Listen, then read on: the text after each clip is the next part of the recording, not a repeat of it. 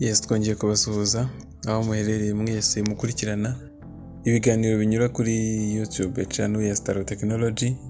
Tubahaye ikaze muri kino kiganiro nanone kandi twifurije gukomeza kugira ibihe byiza. Hanyuma rero tugarutse muri Pi Network nkuko tumaze iminsi ariyo turimo kwibandaho, ariko noneho tuzanye icyo nakwita nk'itangazo, amatangazo yihutirwa dufite kurebaho. Tugiye kuvuga ku bintu bigera nko kuri 2 cyangwa se 3 by'ingenzi kandi byihutirwa ko tumenya kugira ngo twirinde ndetse turinde na konte zacu za Pi ndetse na wallet muri rusange. Ikintu cya mbere tugiye guheraho, turabizi neza ko nyuma ya mainnet migration abantu bakoze KYC bakaba passed bemerewe ubwo banakoze migration bakavana Pi zabo kuri application ya Pi bakazishyira muri Pi wallet. Abo bemerewe kuba bazohererezanya ziva kuri wallet imwe zijya ku yindi Pi wallet. Ariko nanone ibingibi ntago bikwemerera yuko uzigurisha mu ibanga cyangwa uzigurisha mu buryo bwawe bwose kugira ngo ubone amafaranga mu gihe tukiri muri enclosed mainnet. Iki ni igikorwa kitemewe ndetse ushobora no guhanirwa biramutse bimenyekanye mu buryo bumwe cyangwa se ubundi. Ni byiza ko twakwitonda kugeza igihe tuzagera muri open mainnet. Ubwo bazalaunching open mainnet, ubu turacyari muri enclosed mainnet. Iyi open mainnet niho tuzaba tubasha noneho kuba twagurisha Pi zacu hakurikijwe amategeko n'amabwiriza yandi tuzahabwa. Ariko mu gihe ubu tukiri muri enclosed mainnet ntago byemewe ko wagurisha Pi coin kugira ngo ufate amafaranga, ko bishobora kuviramo ko account yawe iba blocked cyangwa ikaba banned from Pi network community, ugasanga konti yawe urayihombye. Hari umuntu umwerutse kwibaza ikibazo avuga ati turabizi yuko muri no enclosed mainnet kugurisha Pi kugira ngo ubone amafaranga ariyo twakwita fiat money ntago byemewe. Ariko se niba nko mu gihugu ndimo cyangwa se ahantu ntuye nta mashopu yemera kwakira Pi, nta ma Pi utilities yari yahagera ku buryo ubasha kugura ikintu ukoresheje Pi, hanyuma nk'umuntu wenda tubana muri famille se n'umuvandimwe cyangwa n'umuntu wo hafi yanjye akansaba ko mwoherereza Pi kuri Pi coins, hanyuma akampa amafaranga bitavuze ngo ngiye ku isoko cyangwa se ngiye nandika ku mbuga nkoranyambaga ko nkeneye kugurisha Pi, akayampa bibereye mu rugo, ibintu nk'ibyo ngibyo.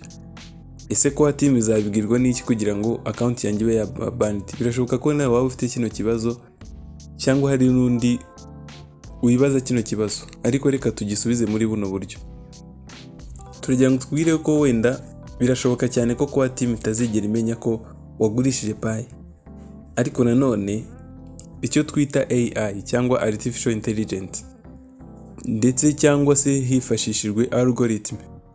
Nituvuga algorithm ubwo turagendera kuri blockchain, uburyo algorithm yubakitse muri blockchain.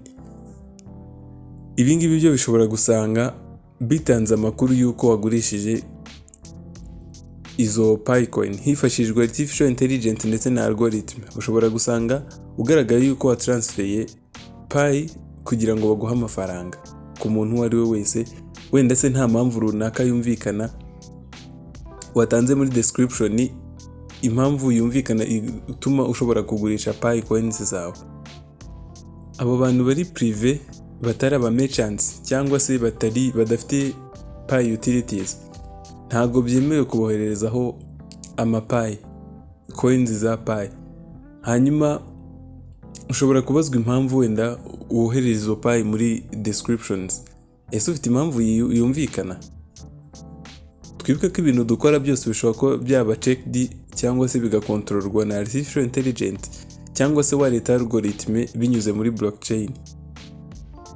Birashoboka cyane ko team rwose batazigira bareba muri izo description wenda ngo barebe impamvu watanze muri description, impamvu yatumye transfera coins zawe.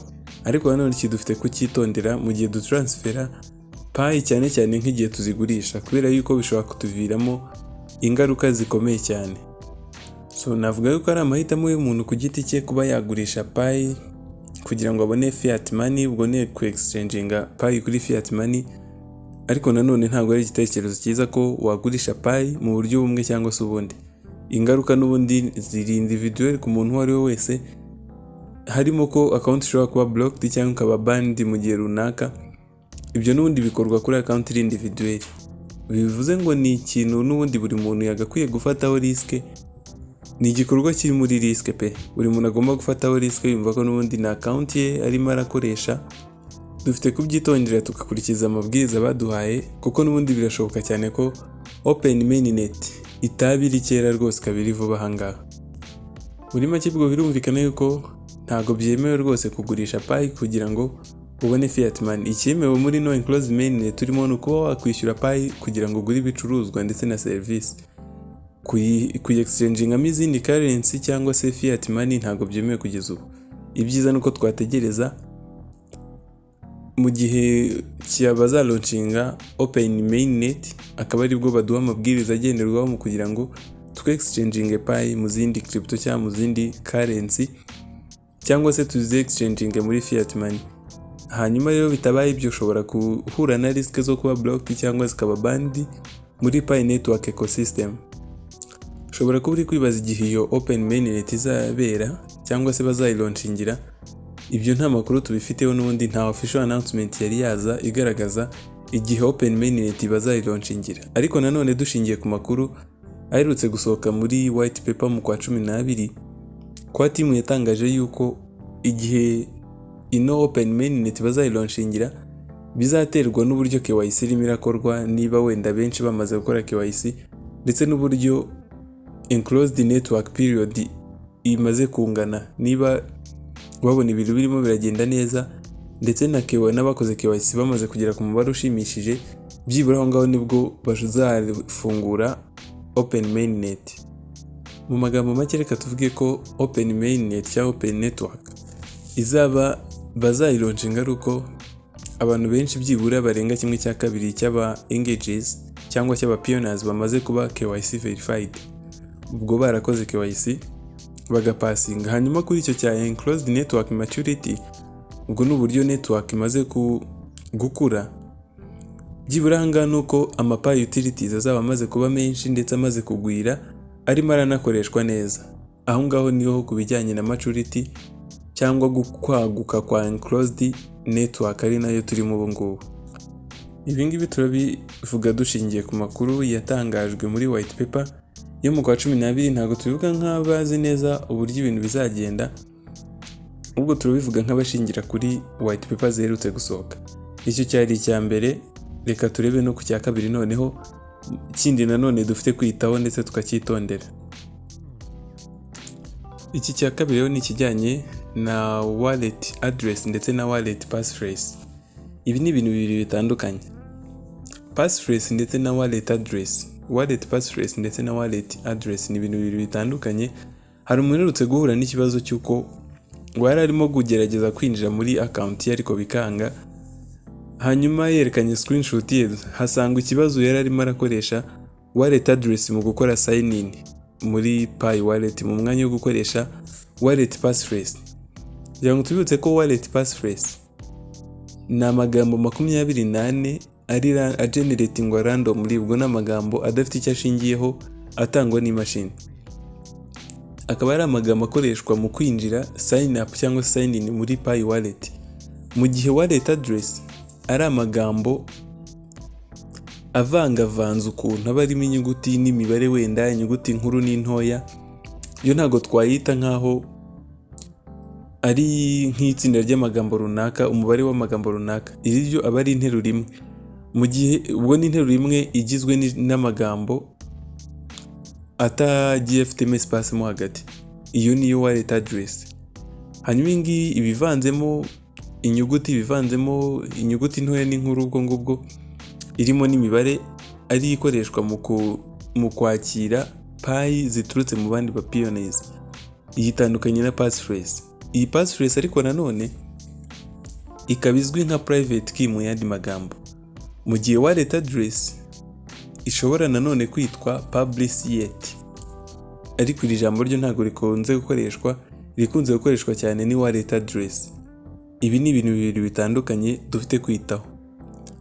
passphrase kandi ishobora gufatwa nka security pin nk'umubare w'ibanga n'urugero, mu gihe wallet address nanone ushobora kuyifata nka nimero de compte ushobora gukoresha kugira ngo umuntu agushyirireho amafaranga kuri konti yawe ya banki.